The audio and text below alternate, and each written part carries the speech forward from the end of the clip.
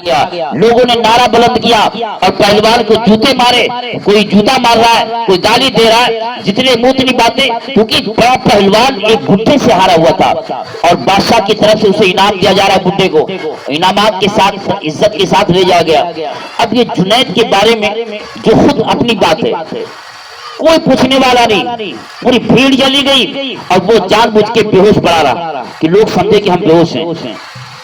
जब सब चले गए, गर्द गुबार झाड़ता हुआ पैर करके ख्यालात, अभी की इज्जत तो गई, अभी की तो जिल्लत सामने है, दौलत गई, अल्लाह की बारगाह से हमें कब मिलेगा, अल्लाह के नबी हमें कब देंगे, क़यामत कब कायम होगी, इनाम मिलने वाला कब है, तरह तरह के सवाल ज़हन में आ रहे हैं। और वो चला जा रहा है। जुनैद अपने घर पे पहुंचा, और इसी फिक्र में कि कल कब देखेंगे, आज तो जिल्लत का सामना है, हर एक मुझे कहेगा कि कितना कमजोर आदमी है, हमें जिल्लत की निगाहों से देखेगा। ये सोचते होते सोचते सो गया।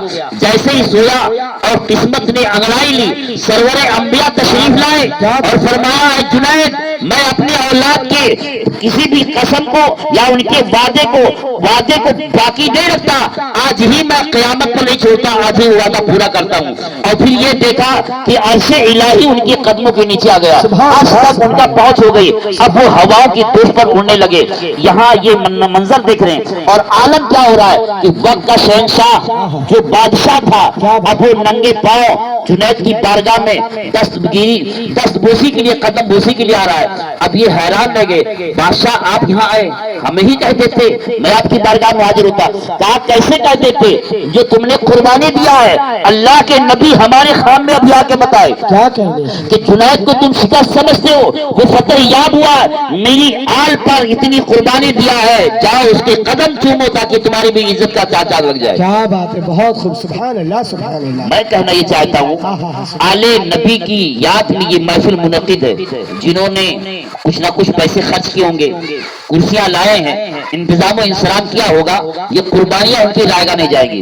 जैसा इखलास से यकीन जाने, अल्लाह रब्बुल इज्जत ये उधार नहीं रखेगा, इसी दुनिया में अता फरमाएगा। दूसरे बात पढ़ लीजिए, अल्लाहुम्मा सल्ली अला सय्यिदिना मौलाना मुहम्मद मअदिनिल वल करम व आलिहि व बारिक वसल्लम सल्लल्लाहु व सलाम अलैका या रसूलल्लाह सल्लल्लाहु तआला अलैहि वसल्लम।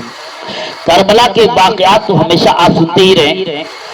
अब इमाम हुसैन रज़ी अल्लाह तआला अन्हु मैदान करबला में शहीद किए गए, जुल्मन शहीद किए गए। क्या वो मजबूर थे?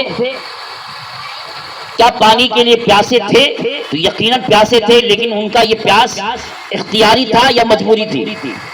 इसको अगर आपको जानना है, क्या बात है, बहुत खूब। तो अब्दुल्लाह इब्न अब्बास की एक तफसीर की बात है, तफसीर में आपने फरमाया कि किसी भी बच्चे के मर्तबे को जानना है तो उनके माँ बाप को जान लो। क्या बात है, बहुत खूब।